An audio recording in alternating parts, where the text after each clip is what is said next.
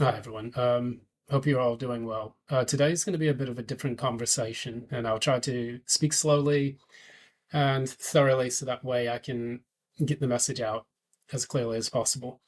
So, for those who have been watching the news and following it in the UK, there has been a bit of an incident that has taken place, very tragic one, where Ann Widdecombe, who is a former member of European Parliament and member of Parliament, was tragically murdered in her own home in Devon.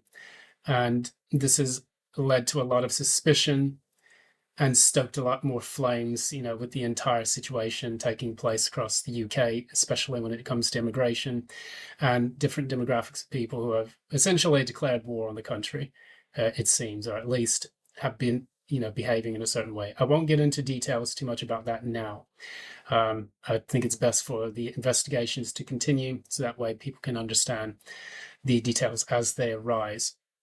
What I want to do is just to come back to my center and just speak a bit more about the woman herself and the kind of running theme that I experienced in my own life related to her and her work.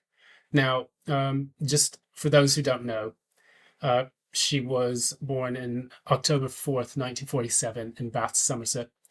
She was a former MP for Maidstone in the Weald as a Conservative, and then after a Conservative run, she became a member of the Brexit Party in 2019. So she's always had a strong connection to people like Nigel Farage and Rupert Lowe, who were both members of the same party, if I'm not mistaken, or Reform, actually, when she was a member of Reform. Just to make sure I've got those details correct.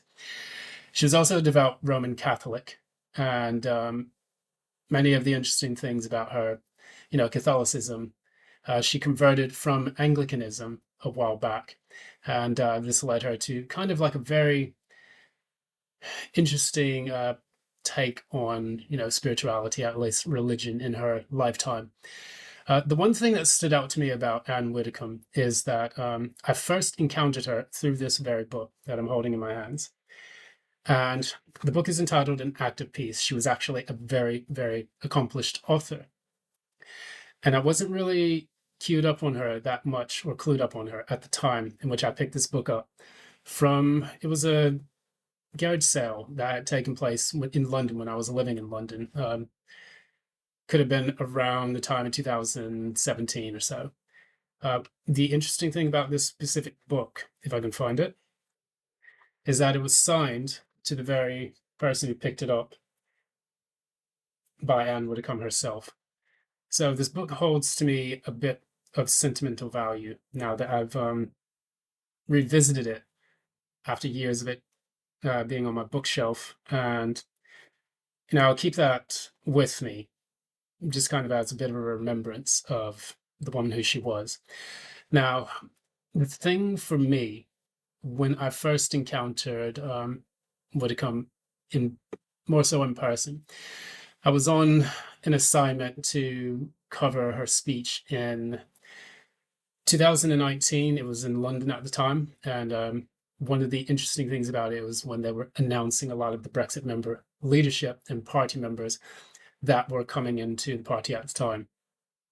And this was, of course, right before Brexit took place officially, when they had done the, if I'm not mistaken, it was right either before or after when they did the snap elections where Jeremy Corbyn was deposed by Boris Johnson.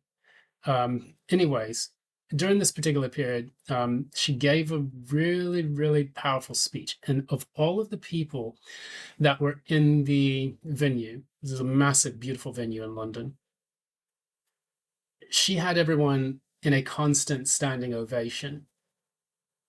She spoke to me what reminded me of, when I lived my time in the States. It was like a Baptist preacher that just kind of sang a tune and a hymn to people that really spoke to their soul, at least to the audience in question. And for me, there was something really powerful about that, because you don't get a lot of that, especially when it comes to political leadership. People have a very sanitized way of approaching politics. Whereas for her, it was something within the core of her soul that spoke to her about the conviction that she had towards this process. And whether or not you believe in what she stood for with Brexit, whether or not you believe that she, in her credence towards this, she said that Brexit was very similar to the emancipation of slaves. And this is also kind of playing into the theme of, the anthem Rule Britannia, where they talk about, they shall never be slaves again, in the song. A lot of that actually comes from issues from Britain's period of slavery. I mean, it's time in which it was an actual colony of, the Roman Empire, where you had, I think it was Emperor Nero, who had sent up delegates to kind of clear the way. And I know that with certain things that have been built in the UK, such as Hadrian's Wall, like Emperor Hadrian when he came up, and please quote me on that to make sure I've got that right. They built a massive wall to keep out and fortify the area that they had colonized within the UK. And I know stories of Boudicia, where she had led an uprising. It was a failed uprising against it, but a lot of history can be found in Norwich, where they talk about a lot of the different kind of interacting tribes that had come in, or groups of people. So you had Romans, you had Danes, you had Vikings that had all colonized the UK. So it had been constant struggle to determine itself, its right to self-determination. So that's where she gets that from a lot. And so that's where the parallels between that and the emancipation of slaves, even from the United States, came into fore. Whether a person agrees with that or not, that is up to them. It is incumbent upon the person who disagrees to present, data or information for that as to why that's not the case. But going back into the speech, there was something I deeply admired about the type of person that she was. She was a person of conviction. She was a person of deep faith. She was also a person who had a very witty approach and a very, very succinct approach to writing books and novels and things of that nature, being able to tell stories, whether she was speaking to an audience or she was writing to an audience. And, I think that was a quality that really stood for like quintessential British values and behavior, just being able to stand on your own square and being able to defend the long history and tradition that has existed in this country. And she is a product that is slowly being weeded out within the country as well.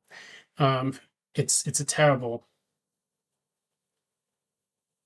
push against the people who still have this conviction, but I know that a lot of people are standing up and fighting for the values that they have, whether or not that was the Brexit referendum back in 2016, whether that is the right to have an indigenous population within the United Kingdom, whether it is also about the lawfare that has been waged against people or the policing state. I don't want to get too much into the politics about it, but when you speak with conviction and when you stand for something that people can be on board with, it goes to say a lot for the type of person that you are willing to sacrifice everything to deliver those messages to people. And I commend that. Now, again, because the investigation is ongoing, I will respectfully back away from that until more details come out. The only details that have been released, they initially had a 26-year-old white male who they initially thought was the culprit for the incident. They have now switched over to a 28-year-old from Rotherham, who they have arrested after releasing the first suspect. As the details emerge, you'll see exactly how that's going to go. And for those who are familiar with Rotherham, That was one of the places where the Pakistani Muslim rape gangs were investigated by, the Restore Party, and additionally other people, police and other organizations. Again, that would be a conversation for another day. But one thing I will say is that as I see a lot of the social media coming out and speaking about her, there have been a lot of great comments from, the conservative political groups, people on the right as well. And I commend that. And even when it comes to people on the left that lose their lives, I tend to see that the best of humanity is expressed within those types of people. I have seen a lot on Blue Sky, a lot of the liberal types celebrating her death, which I think is kind of a testament to their level of humanity. There's moral relativism where you can celebrate the death of certain people. A lot of people would see it as akin to like what took place in the Russian Revolution when, the Romanovs were brutally massacred in their home.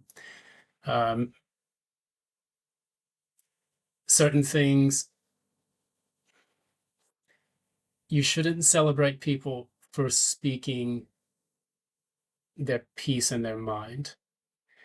And as we look at these situations that have taken place, especially most recently with Charlie Kirk, we always come to this attitude where supposed liberally minded people who have this bleeding heart, compassion, and tolerance for diametrically opposed attitudes towards an indigenous population, for that same population who wishes to uphold the traditional laws and values and culture and history of a country or a nation, these people are treated with the worst cruelty I've ever seen in my life. I've not seen anything like this. Of course, my life in the United States has seen some things like that. But what I would like to say is that when we live in a society where there is a minority of people calling for more diversity, until it is a diversity of opinion, there is something fundamentally wrong with the way that society is being constructed and guided and governed. And that needs to be called out. I also respect people's right to free speech when it is governed by the laws of reason. Me particularly, I'm a person of the Enlightenment. I think that rational discussion, debate, things of that nature are the cornerstones of a liberal democracy. But we see that those things are slowly being eroded. And again, that is a conversation for another day. I had an hour-long conversation with someone I know about this specific subject, and I could go on for hours about it. In the wake of these kind of deaths, I think it's important that we show respect for people who did act peacefully to bring across diverse opinions. And it is within that crucible of opinions that we can create something new. That is why a crucible also can refer to a melting pot society, a melting pot of ideas, of different kinds of ways of bringing things together, because it requires the raising of temperature. It requires an alchemic process in order for things to synthesize in a dialectic fashion a new way of thinking. Whether that is the individual on both sides of that argument, they will come back alchemized with new opinions and new ideas and new ways of debating and new skills that I think are important for people to know in order for them to strengthen their own arguments and to learn something from an opposing argument. So I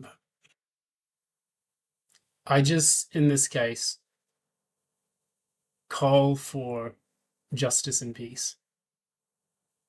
As the title of this book says here, an act at peace. I